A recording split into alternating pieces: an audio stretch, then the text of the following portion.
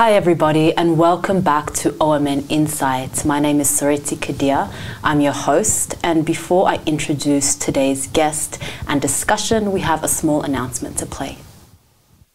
Ashama kun sagale bridge reality gare Samuel Berhanuti manni jirenya ala namaaf ni barbaachisa inni kun garuu jireenya tulbuu hore yaada nama boqochiisa gaaddisa aargal fitee jiraachuuf nama sassachiisa marree isinis kana bitachuu yoo fitan akkasumas kan ofii qabdan gurgurtanii bu'a qabeessa ta'uun gara xiqqaatti yookaan gara guddaatti jijjiirrachuu yoo barbaaddan dafaa mariisisa bridge reality toora bilbila keenya torba ja'a sadii torba afur sadii ja'a lamarratti nuuf bilbila bridge reality garee Samuel Berhanuti.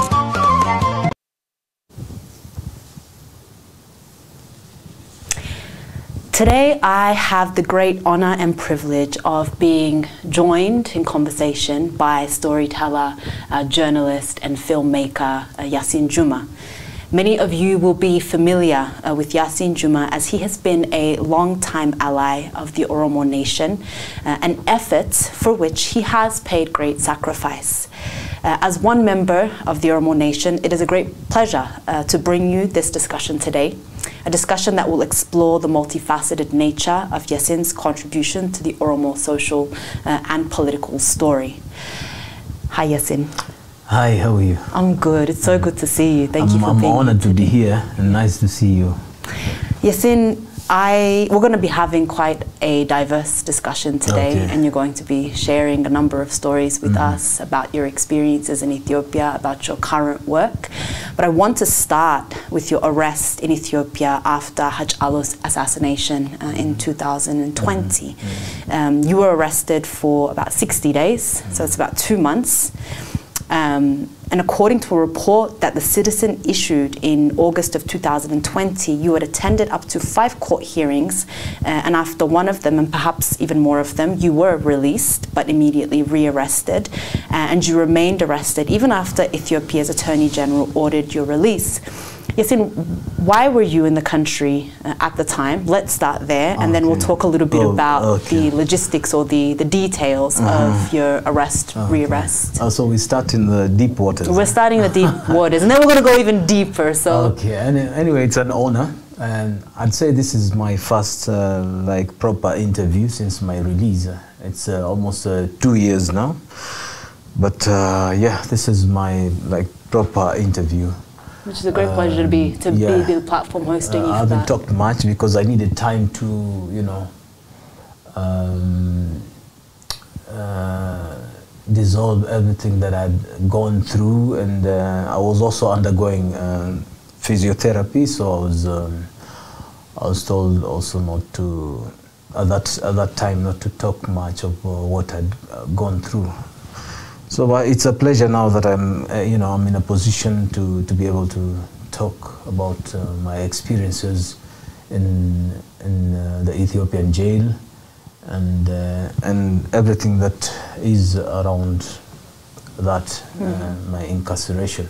So you asked me what was I doing in Ethiopia, or what was on my mission in Ethiopia. Yeah. When the new regime took over, Prime Minister Abiy Ahmed's administration took over, there was this change, you know, that was being experienced by not only Ethiopians but also across the region in East Africa. So we had groups like ONLF in the Somali region been delisted as a terror group. We had also OLF in the Oromia in Oromia and other groups. You see, so that we were seeing changes across the border.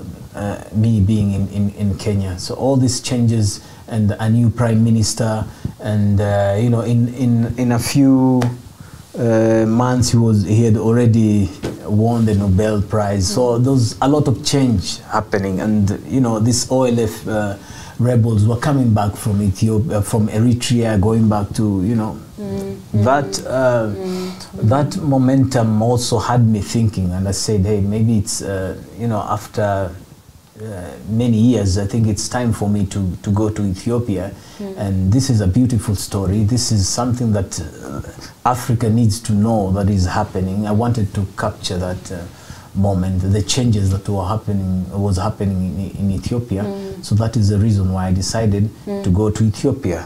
And I had been banned by the previous regime of Ethiopia because of the documentary that I did in 2009, the Inside Rebel Territory.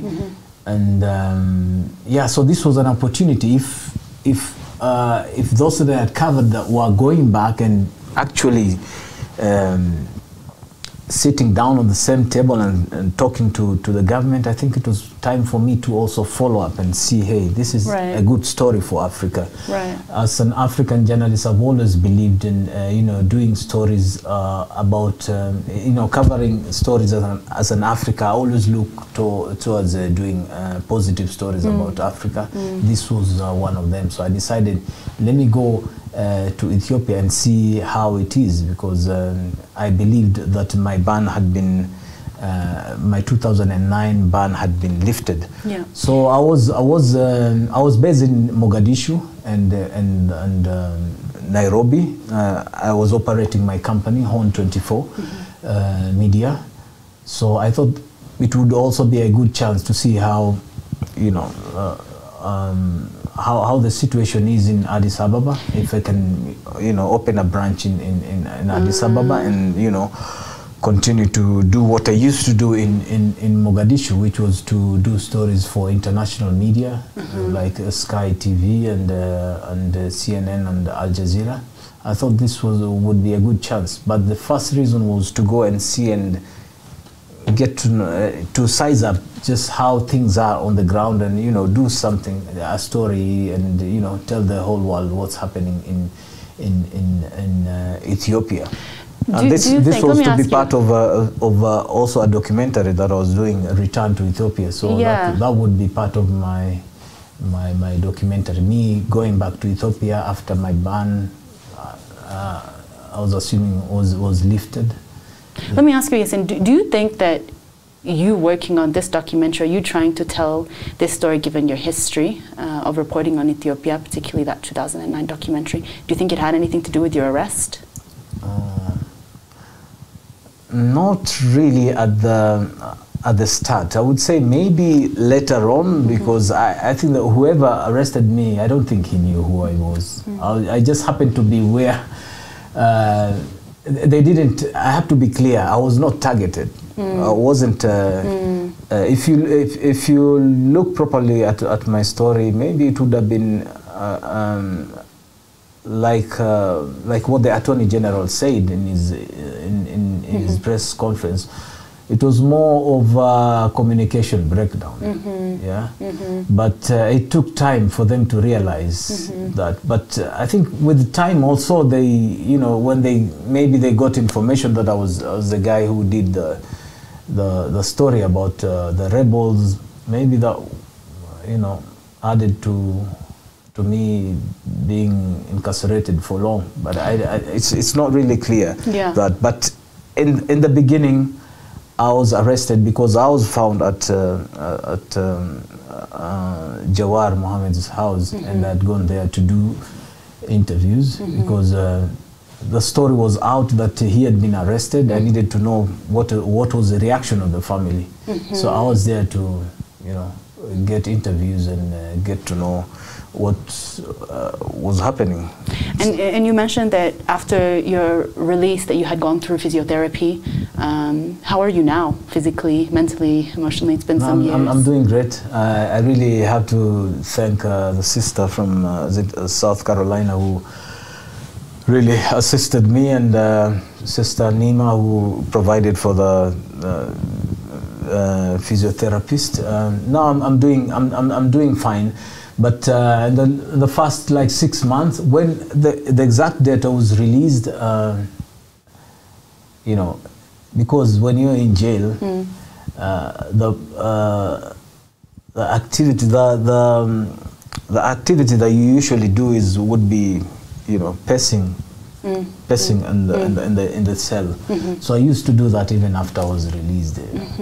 So it took time before, and when I'm sleeping, you know, sometimes you always hear the, because at 7:38 usually they would lock up your cell. So that sound of the locking up, sometimes, you know, it remains there and then it affects you.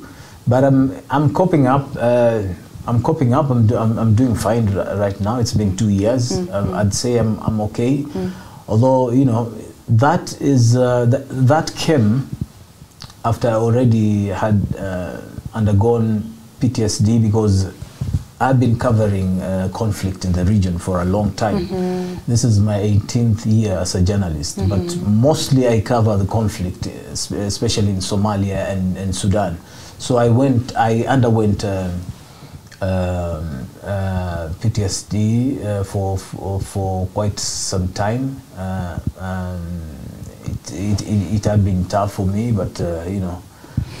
I'm glad to hear that you are doing better as much as one can after that kind of an experience. I mean, like you said, you have enormous experience in covering conflict in the region, but I think this was your first arrest in covering a story or in your line of work, or have you been arrested before in another country? No, this is not. Maybe out of the country, but this is not my first time being arrested. I've been arrested here in Kenya. Just because of doing what I do. Let me ask you one more question on this project you were working on in Ethiopia, the documentary where you were trying to trace, I guess, your movements in coming back to the country after 2009. Any chance we're going to see that documentary anytime soon, or it's a project that was kind of put to rest after you came? I wish I would do something about it, but you know, when we were arrested, they took everything. I had all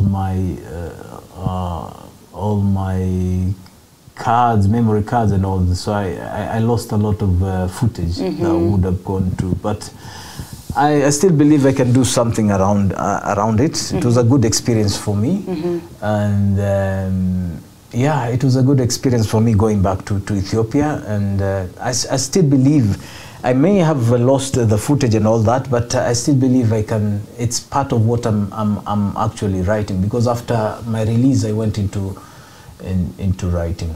A biography, just my experience, right? Just my experience with the Oromo people, and my experience covering the Horn of Africa region. My experience as a journalist and as a war correspondent here in the region. So yeah, so you use bits and pieces of that of that experience in these. And I also have I used to write every day when I was in jail. Every day I used to write my experience in jail. So I have you know, small pieces of papers. I used to, like, I had to buy them to get a piece of paper and a pen in jail, and write every day's experience of what life is to be in an Ethiopian jail. So I have all this documented, just from morning to evening, how I used to talk to my cellmates like Iskandar, Jawar and Bakala, and just all these experiences, and the food there, you know, my relation with other cellmates, you know. Because I documented all that. Yeah. You just reminded me of something, you know, when you had been released, I think one of the first times that we spoke, you said that there was, and I'm just struggling to remember who it was, but there was a political prisoner who I think is still in prison now, if I'm not mistaken. Was it Dejene that had given you a message, or someone who had tried to communicate with you as you were leaving the prison? You were arrested amongst other Oromo political prisoners, correct? Yes, actually, no, I was arrested with, I mean, where I was jailed? Or, yeah. Yes, I was, my cell was between Bakala's cell and Jawar's cell. So if I hit the wall, Jawar would know I want to speak to him, you see. Then that's basically how I used to communicate with him, because I think I had issues with the food and all that, and Jawar and Iskandar used to like organize what food I would eat, or if they had somebody from outside, they would be kind enough to say, hey, this guy is suffering from all this jail injera. You know, I'm not a fan of shiro, so and every day we had to eat shiro. So did you get ugali? That was just too much for me. Yeah, okay. So they used to. I really like wanted some rice or different food. So, or yeah, just something different. In the morning, maybe dabo and inkulal, something like that. But you never get to see that. It's injera and shiro, and that's like. Okay. Yeah, so yeah, we used to all of us. But when they were transferred elsewhere, yeah. What's the name of that? The prison they were transferred to? Is it what factory? Is it Inkulal factory or something like that? They went to another Fabrica. Fabrica, exactly. So when they went there, they were replaced by some Tigrayan top army and police, like the top army and police guys were. So we were close with them. We would, like, you know, play football with them, and yeah. Interesting. Let's move on and talk a little bit about your work in 2009. You had done this story called Inside Rebel Territory, and it was a story on the Oromo Liberation Front, Oromo Liberation Army, and I think you were actually the first journalist to ever be let onto the front lines, I think. I want to know why do the story at that time, and what compelled you, and is there anything about that experience years on that still sticks with you? Okay. Now, my interest in that would take me back to my interest with the Oromo community, how I got to know the Oromo people, and all that. And I think before I go to that, before I answer you that question you had asked, one, I need to be clear on why I went to Ethiopia. I'd not talked about one of the projects that I was doing with the government, with the government-run broadcasting corporation, OBN. So OBN had requested.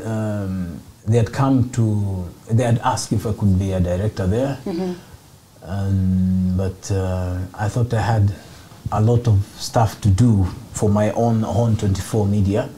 So we had an agreement that I would do a documentary for OBN, as I think over whether I would become a director there or not.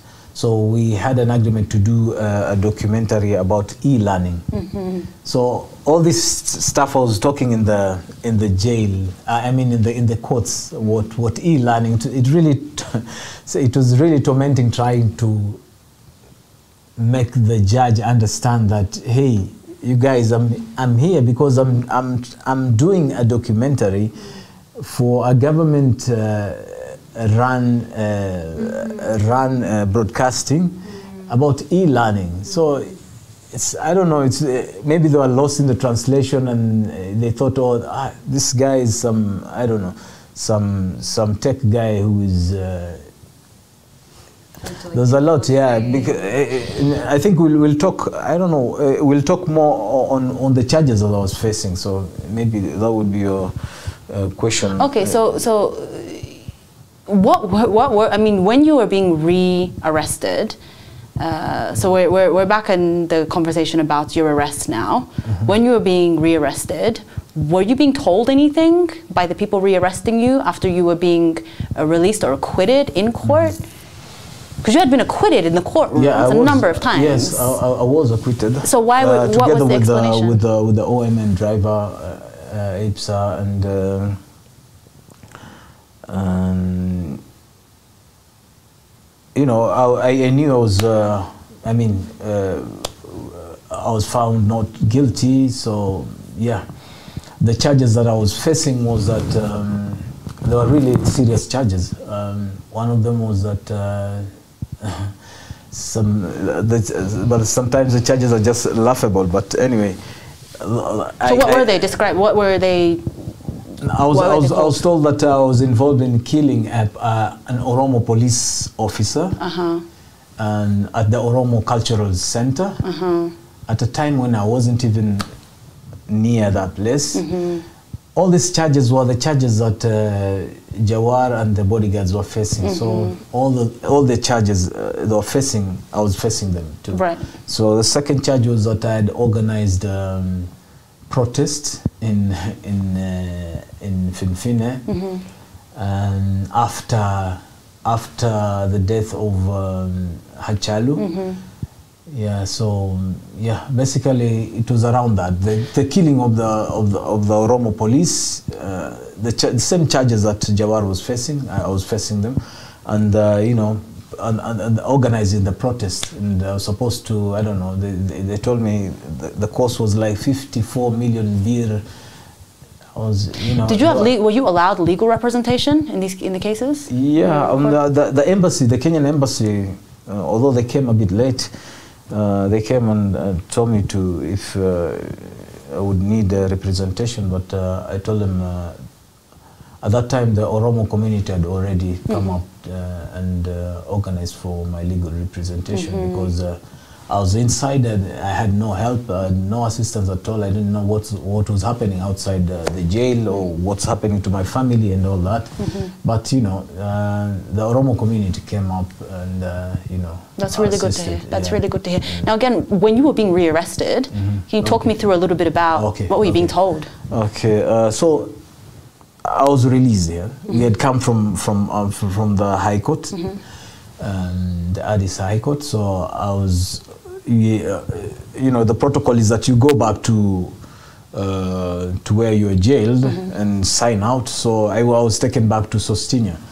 So yeah, I said bye to everyone. We had like a small celebration, and everyone knew, okay, you are gonna be out now. Hey, just take care. You know, what happens in Ethiopia is that everyone, it's something that doesn't happen in Kenya. They use congratulations for when you are released from them. So it's something, it's a culture that is new here.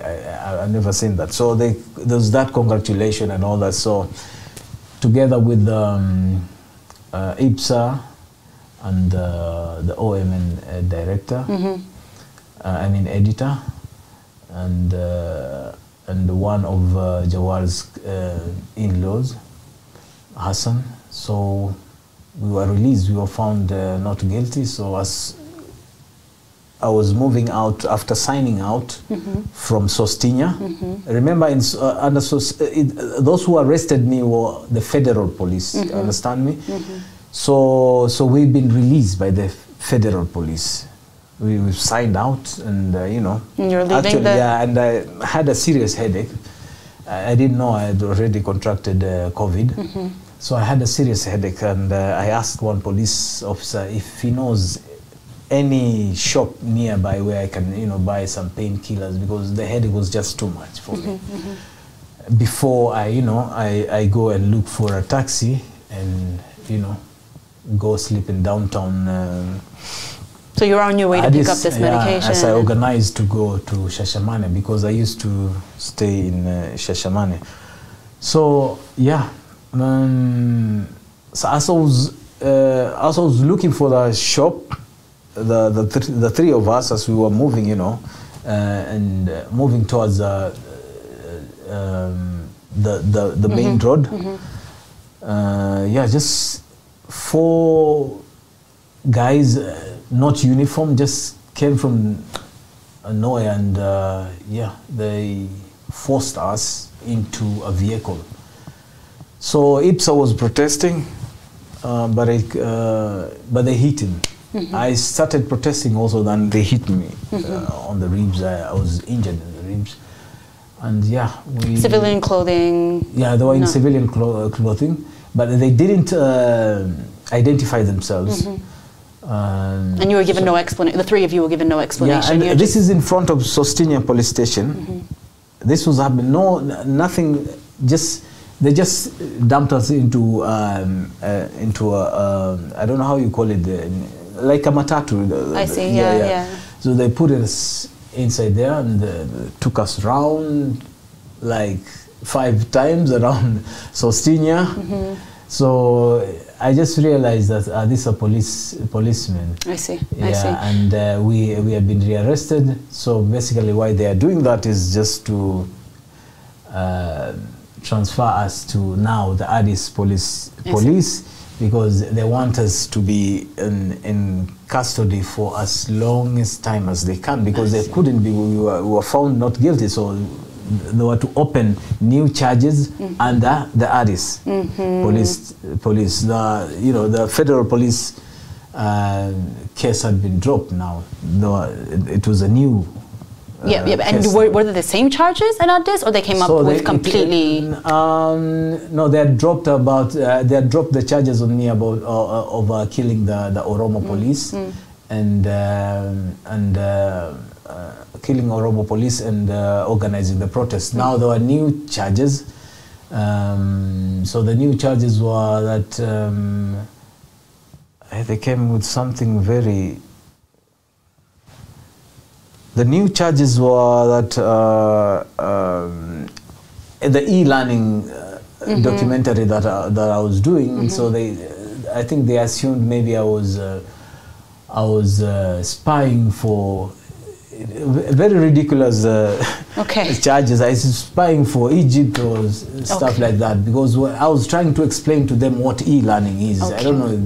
Maybe they didn't understand what e-learning is, which was actually a government-backed project, not even my project. I was just only covering. So e-learning involves installing internet in these schools all over Oromia. So we had gone around Oromo from Juma all the way to Hararge, and we were doing all that. My work was to cover. I'm not a tech, so I don't know how. Oh, but the assumption was because you were working on some kind of tech-based project that perhaps this had some, you were using this software to. No, they had to look for that, so that the reason why they did that was to have me behind Jade for us. Of course, for the longest time. Fabrication, because they had no. They had no. But this is what the story looked like. There was this connection being made between e-learning and, I guess, spy software. But and the second time, and this will come to the conclusion. I know there's so much you could probably say about your time in prison, and perhaps there is a whole interview that we should be just doing about that in particular. My experience but I just want to. It was your second time after your rearrest that you contracted COVID. And that I realized that I had contracted COVID, because I told you when I was going out, you were quite sick. So you had suffered. So when you were in prison for that second installment, you were actually sick with COVID in that time. I was. Remember, very sick actually. Yeah, but they used to test us. That was a time when COVID was new, and Sostinia police, but that was after we protested. And this was my first protest in Ethiopia. It was not before prison, it was while you were in prison. I had to protest. And we had these lines I had to cram these lines in Amharic. And I can't remember too bad, but I wrote that. It's part of my story. It was also written by BBC and VOA and Nation. I can't remember the lines. Okay. So we were protesting that we need to be given good food. We no longer. Personally, I just found it injera and shiro too much for me. I'm sick. I have COVID. I needed better food, so we protested. We need better food. We need to go to be taken to the hospital.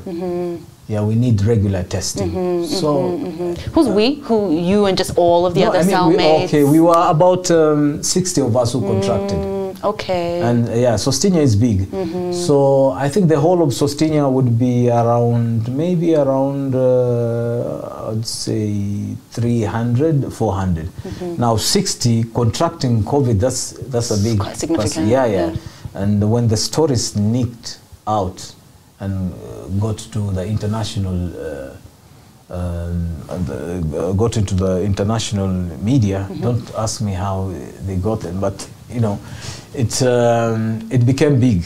So everyone was focused on, hey, we have COVID. You remember how how COVID was that time, just and the coverage of COVID. So everyone focus was on Sostinia. How, hey, we have incarcerated people who have COVID and they're like 60 within like 300. That was a big story. Yeah, that's really significant. Yeah, so we protested to get that medical care and that attention. Although we were, they came and stopped the protests. We were beaten a bit, but we continued the next day, and after one day,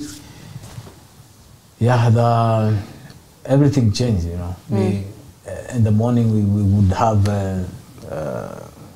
Inkulal and Dabo, and I mean the officer in charge would actually, the boss at Sostinia would actually come. I think he knew I was the one leaking the stories to the international media, and he was like, "Hey, is the food okay? What do you want? Tell me what do you want?" And I would joke around and tell him, "I think next I want shaklatip." And it was like, I see. So let's come to this 2009 event, because this is really what put you in the eye of the Oromo Nation, exactly. And it was the first time you became known by the community, and I think it was the beginning of your journey, with the struggle, the Oromo struggle, and the people. Why do the story? What compelled you? What still sticks with you about that experience? I think the first, I would say, how did I come to know about Oromos? I never knew about Oromo. When you're in Kenya or when you're Kenyan, we talk about Gabra and Borana, and we don't know who Oromo. Basically, that's most Kenyans don't know who Oromo are. So the same was for me. My mom used to work for IOM. I'm sure many who are in the diaspora went through my mom's hands. A lot of Ethiopians and Oromos and Somalis and South Sudanese went through my mom's hands when they were immigrating to third countries. She used to work for International Organization for Migration. So when one day I went to my mom's office, and I saw this Ethiopian, and I think I'm a person who was always good in geography and culture and getting to learn about people's culture, languages. So I was like, hey, I was being kind, and I greeted the guy in Amharic, and the guy looked at me in a not very good way, and I came to learn later why he wasn't. So this guy was Oromo. I see. Now I'm getting to know who the Oromo are, because if you ask any Kenyan, they don't know the difference. I see. I see. So I was in the same boat. I was in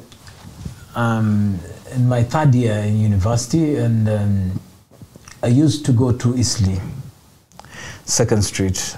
Those Oromos in the diaspora, if you still remember Masjid Dawood, I know many of you used to pray there at Masjid Dawood in 2nd Avenue.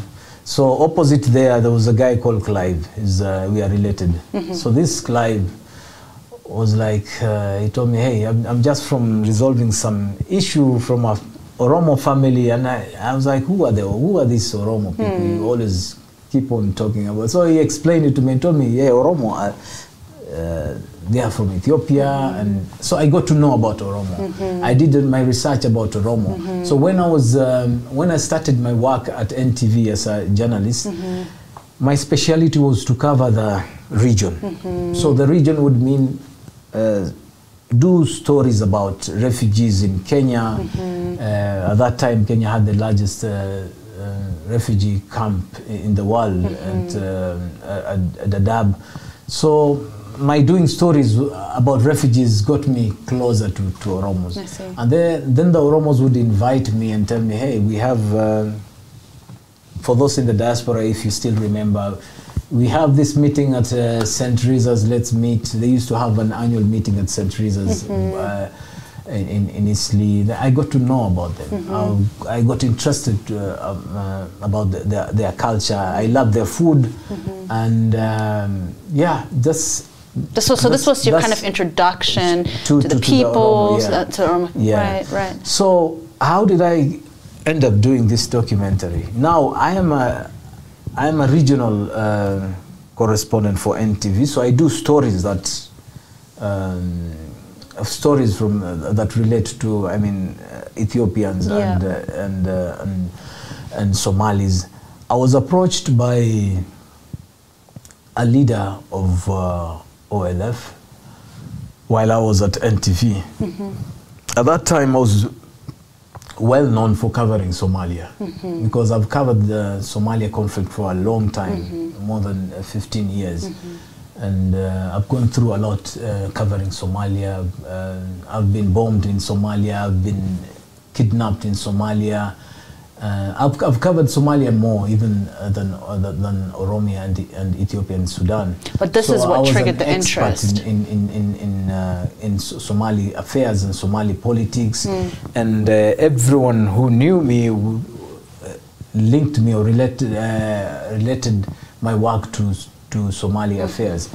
So this was kind of what triggered the interest. Leaders, was this you covering Somalia, this conflict zone at the time? This is what kind of triggered the interest by the OLF to approach you and say you might be the right person to tell their story too. I didn't know OLF existed, so I think, and I was doing a series of rebel groups in the region. You see. And already ONLF had approached me, and several rebel groups in Sudan, and rebel groups in Somalia. So I was doing coverage of this. They would invite me in the time of Islamic Courts Union that, you know, mobstacized into what is Al-Shabaab today. I think they invited me for like for a week there when they took control of Mogadishu. So yeah, I think the OLF leadership had seen all these stories, and they wanted to have somebody invited over to, you know, tell the people, I mean, to tell the world what and then their struggle is, which I didn't know about their struggle. So I after the meeting that I had with the leader, yeah, I got to know more about the Oromo. So as a journalist and as a filmmaker, I found this would be an interesting story to do. I mean, an untold story that would be interesting to cover and do. So I went there as a journalist who is interested to do a story about the Oromo and let the world know about the struggle of the Oromo.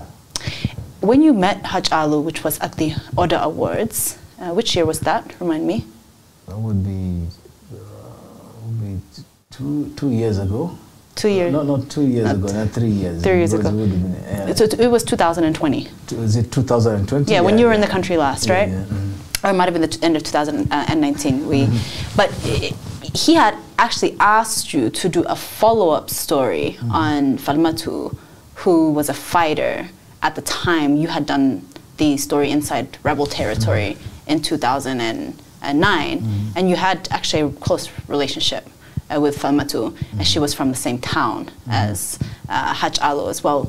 Were you able to ever follow up on that, or just tell me a little bit about what that interaction was like? That's why when in the beginning I told you I was doing a story, I was doing a documentary about me returning to Ethiopia after my ban. Yeah, what I'm really curious about, Yassin, is your relationship, you know, with Falmatu, or is so this was to be part of the documentary.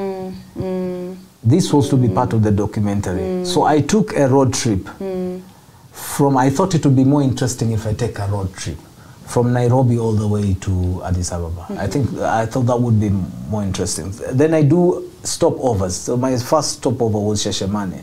I wanted to meet all the characters from the Inside Rebel Territory that I had covered back then. I wanted to know, now that Prime Minister Abiy Ahmed has taken over, he's come with changes, he's invited them back, what are their feelings? You know, so I was trying to cover that, to capture that, you see. So I stopped at Shashamane, and I met the ex-OLF rebel fighters, who some had even become policemen now. So I was doing interviews on them, asking them how's the situation, how do you find the new prime minister. There was so positivity back then in Ethiopia, and everyone was embracing the new administration. So I wanted, of course, it came naturally that I had to do a story about Falmatu, because Falmatu was one of the stars and main characters in my docu-series, the Inside Rebel Territory. I really wanted, you know, what I said would be the end of this. I mean, the climax of my documentary, this Return to Ethiopia documentary, would be me meeting Falmatu and her explaining to me just, oh, this is it's good now. We are talking with the government, and here is my husband and my kid. Meet them. How have you been? You know, that was it. And Falmatu is from Ambo, and Achalu is also a native of Ambo. So Achalu's interest was triggered by a post that I had posted some time back of on information that I got that Falmatu had been killed by her comrades. So there was that interest, and he asked me. I was new to Achalu. We had not met before, so I was just at the Order Awards, and just somebody called me. When I looked back, it was him, and he was like, "Hey, I know you." I'm like, somebody was trying to explain to me who he is. I had not known him for, but although his song was a hit. And you guys had this even in Kenya. So he asked me. So he asked me to, like, we had to move somewhere, and told me this he really is concerned about what happened to Falmatu, and I told him I'm doing something about this. I'm trying to do a documentary about the characters that I had met in 2009, and Falmatu is. So I asked him if he could assist me with the contacts of the family and all that. He told me, Yassin, I'm going to help you, but just go to the bottom and get to know why Falmatu was killed, and who killed Falmatu, and I mean, just the. And let me ask, did you get to have any other interactions with Hachalu before he was assassinated? No, we used to talk on phone, and as I was following up on my documentary. Yeah, we used to talk much. Yeah. Is there anything else that you want to say about this 2009 venture before we come and we talk about just last year your project on Irecha in Oromia? The 2009. Yeah. Anything else about Inside Rebel Territories? Okay. Still, I don't know. Inside Rebel Territory. Okay, that really made a lot of Oromos get to know me, but most people don't understand just how much I had to go through for that documentary to be aired. You know, it was one of my worst periods in journalism. It was a difficult moment for me. Back then, I was still a young journalist. 2009. I wasn't that experienced, but it took great courage for me to finally do that. You know, the Ethiopian government had offered some amount of money. That would be, they had offered like 15 million.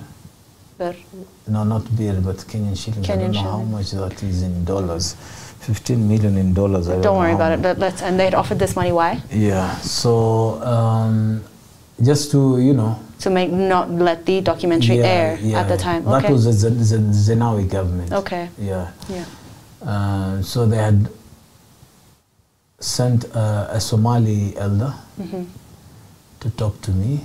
I think they assumed I'm Somali, or because I cover a lot of Somalis and I don't know, so Somali affairs and all that. But they used a Somali elder who I respect much. So we had a talk, and you know, he told me this is a request of Addis government that you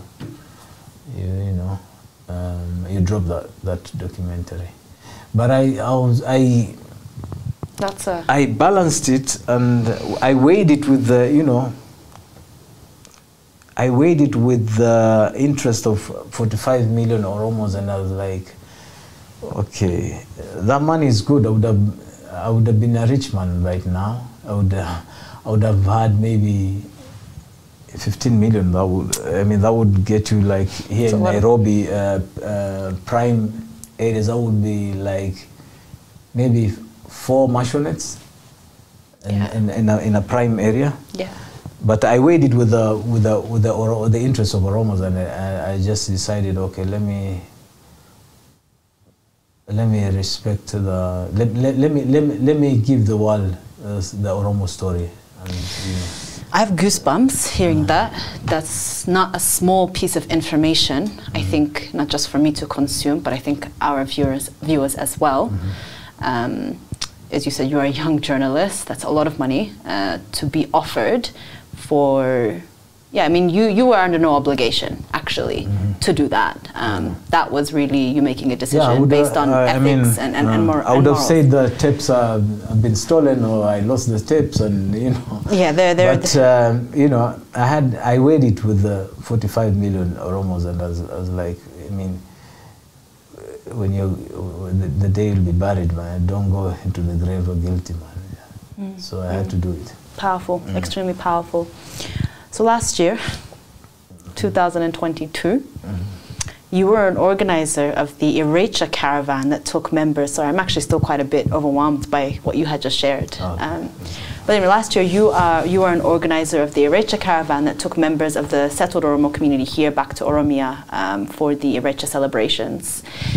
You are also looking at making, or in your process actually, in the final stages of a process of making a documentary about this return of Kenyan Oromo communities to their lands, their ancestral lands after generations. And actually we're going to take a look at a small look at some of the footage now, the trailer actually of that documentary.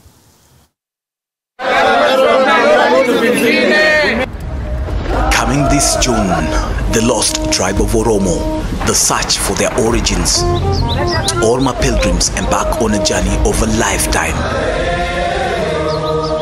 It's a tasking 2,000 kilometers from Tana River, Kenya to Finfine, Addis Ababa, Ethiopia, tracing their forefathers.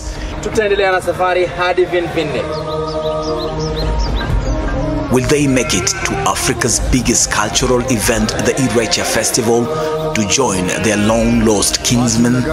It's a journey of self-searching and the search of this tribe's origins, breaking a 700-year separation with Ethiopia.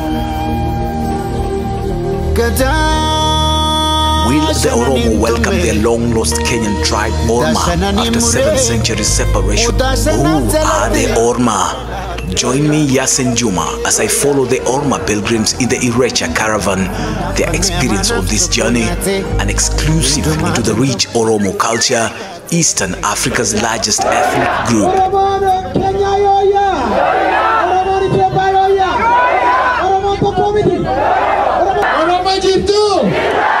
It's going very well. The highs.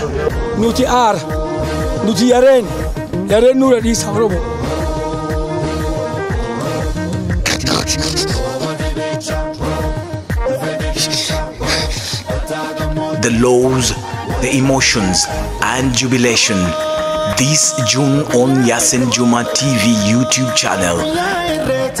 The lost tribe of Oromo, Orma to Oromia, the epic journey.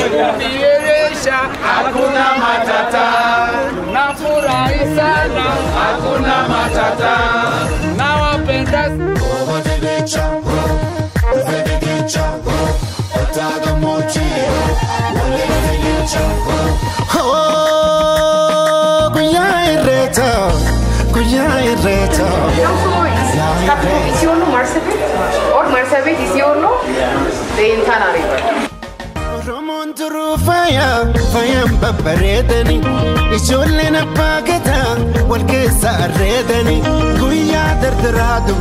Yassin, tell us quickly, when will this documentary be available and where will people be able to watch it?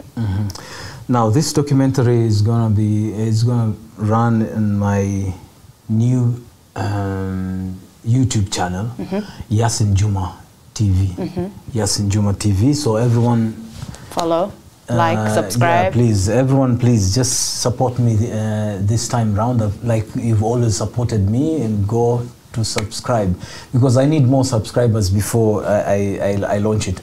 But I'm gonna launch it as the promo says. I'm gonna launch it in June. Okay. But between now and then, I need time for the Oromo people in the diaspora in Africa to subscribe and let other people know that what's going on. I mean, I need as much people as possible to watch it, but it's going to run on my Yassin Juma TV channel. Great, thank you for that. Now tell me, Yassin, what was the experience of seeing these communities reconnect with Eritrea? I always wanted, this is what, like I told you, my interest has always been about anthropology and culture, much more than conflict. So I always wanted, me being a Kenyan and seeing this Orma people, I've interacted with Orma people, but I never connected them with the Oromo people. Because in Kenya, we actually have, I actually started a campaign for the Kenya government education systems to stop using the word Gala in our textbooks. So the Orma were in Kenya referred to as the Gala people. They've always been referred to as the Gala people. And I was interested in their history.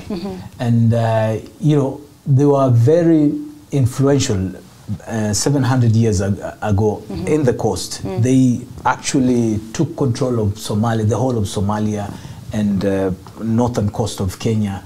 But they were subdued and settled where they are, very far away from, like 2,000 kilometers away from Oromia. So it's a question that why do we have this Oromo people secluded at this part of Kenya in Tana River? So those questions. Those are the questions you're trying to answer through this process. So who are these Orma people? Basically, that have they? Do they? How much are they connected to? Then I found out that they're not much connected to the Oromia people, and you know, I jumped into this this project, and I thought that would be good. It's something that even the Prime Minister Abiy was interested in. So I think somebody from his office had also asked me if I could do a project about the Orma people and the Iraqi people in Tanzania, who are also Kushites, the southernmost Kushites. So, you know, this was history, covering these people for the first time. It's historic, you know, covering them, going back to where their ancestors came is something that is big. I thought, no, I have to be part of this project. So I did the coverage, and I did the documentary about and it looked like quite an emotional journey, an emotional process for everybody involved. On the road, just quickly tell us about this, because I found it quite fascinating when you had shared the information with me. On the road, you were received by a ceremony. If I understand correctly, hin orom system or si orom sisan, or you were given a position in a clan. I think it was in Shashamane. Was this on this particular journey as you were making your way in? No. This was back when I was returning to Ethiopia for the first time. For the first time. This is when I was. You know, I'd give a shout out to Shashamane people. I mean, their reception and hospitality is up there. So for my case, when I was going back to Ethiopia for the first time, the RC Association Youth, they organized something, you know, to make me part of the Oromo tribe. So I think, yeah. That's powerful. It was actually a ritual that I had to, go through, and I felt honored to. And the same thing happened to the Orma people who were traveling for the first time. When they reached Shashamane, I think you can see in the footage, the Shashamane, the RC women were with the sinker, you know, and the Kenyans would pass through in between them. That was I've forgotten the name of the ritual, but that ritual was done to welcome them back to Oromia after 700 years of you know, separation with their ancestral land. And it was very powerful and very emotional for the Kenyans when they were, you know, invited that way in Shashamane. Yeah. As you say, that was one of the climaxes of this documentary. Incredible. It's very powerful, and as you say, it's quite historic, really, in the history of relations between not just these two nations, but these two people groups who have been, you know, divided and split by, you know, the modern day invention of borders and the like. As we come to the very end of our interview, you have something quite exciting coming up, Yassin, other than this documentary, which again, we really express to our audience to like, to subscribe, to follow the channel. Links will be available on our Facebook page. The trailer will be available, so share it. I want to know, you are climbing Mount Kilimanjaro, actually in a few days. So we were hustling to even get this interview done in time before you go. Yeah, actually, yeah. And there is some significance to this climb, you know, from a kind of a social humanity perspective. Describe that to our audience. Okay, so we are climbing Kilimanjaro to mark the Africa Day, you know, and also the Africa Union 60 years celebration. But we are taking it as a challenge to Africa youth that we have challenges, we have conflicts, we have drought, famine, and all that. But we can face these challenges as Africans, you know. And I'm a strong believer of Pan-Africanism, and also a strong believer of you know, Africans resolving their own African problems. So this is part of us youth. Giving ourselves challenges, challenging ourselves to, you know, climb the highest mountain in Africa to achieve that. If you can achieve that, then the whole of Africa can achieve an Africa that we want. So basically, it's about each country brings. We have 54 countries in Africa, and each country brings 2 participants with a flag and all that. But I'll also be carrying the Abagada flag because I happen because you belong to 2 nations. So I have now. the Kenya flag and the Abagada flag. Yeah, so that Beautiful. that is yeah. So we are taking it up to Uhuru Peak, and you're letting know Africans that, you know, we can resolve our own problems. I mean, you see what's happening in Ethiopia now. I mean, the Tigray war has ended because of Africans talking to themselves. I mean, you know, we see what's going on in Arusha with Ola and the Ethiopian government. That's the Africa we want. Yassin, good luck on that venture to you and everybody else who's participating. Thank you sincerely and deeply, not just for your time today and sharing your insights and your stories and being very vulnerable with us, but really thank you for your commitment to a cause for justice, really, overall. That's what it is. And I think that this sentiment of gratitude is shared by our audience. Thank you so much. You're most welcome. Galatome. Galatome atille. Well, everybody, I don't really feel like I need to say too much after that. That was quite a raw experience. I heard things that I have not heard before, and I'm sure you did as well. I am grateful not just to Yassin, but to all allies globally of the Oromo liberation struggle, but also people who choose to stand beside struggles that do not belong to them because of blood or because of kin, but because there is a matter of truth and justice at stake. You are watching OMN Insight. My name is Suriti Kadia, and I look forward to seeing you again next week.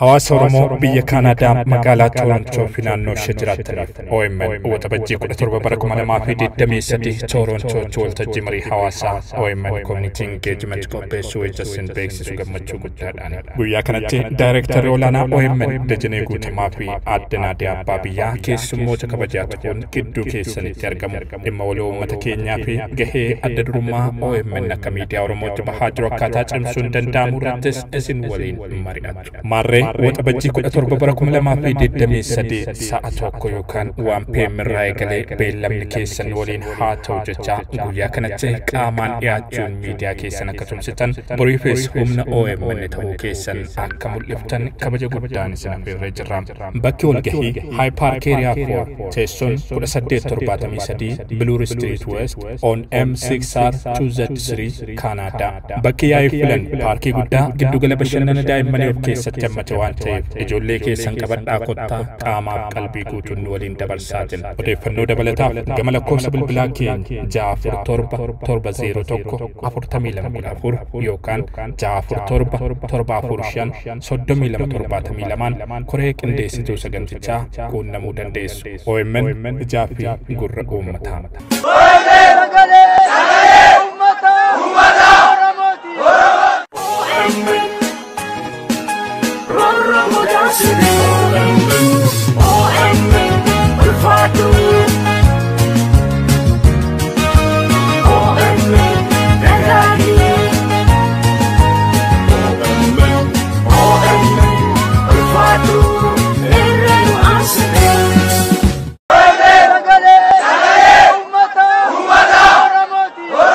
Hawaasa Oromoo Ameerikaa kutaa bulchiinsa Aayuwaa fi Nebraaskaa jiraatan maraaf. Hawaasni Oromoo Aayuwaa fi Nebraaskaa Suulaan waxabajjii 18 bara 2023 sa'aatii 1 PM irraa jalqabuun sagantaa tumsaa OMN qopheessanii isin eegaatti jiru. Deeggarsa miidiyaa uummata bal'aa OMN fi marii hawaasaa kanarratti uummanni Oromoo magaalota Suusiitii Aayuwaa fi Saawus Suusiitii Nebraaskaaf naannoo jiraatan martuu affeeramtanii jirtu jedha koreen qindeessituu sagantichaa. Keessummoonni sagantaa kana irratti argaman Daayirektarii olaanaa OMN Dajanee Guutamaa, qindeessaa koree deeggarsaa OMN Abdulaziz Daatuu fi keessummoota kanneen birooti. Hawaasni Oromoo magaalota ollaa Omahaa, Suufaal Saawus Daakotaam, Linkan, Grand Island, Nebraaskaa Siitii, Waazingitan, Minisootaa fi kan biroo jiraatan sagantaa tumsa miidiyaa uummataa kana irratti affeeramtanii jirtu jedha koreen qindeessituu sagantichaa. Teessoo 1122 Jackson Street, Sioux City, Iowa 51105. Odeeffannoo dabalataatiif lakkoofsa bilbilaa kana koree qindeessituu sagantichaa quunnamuu dandeessu.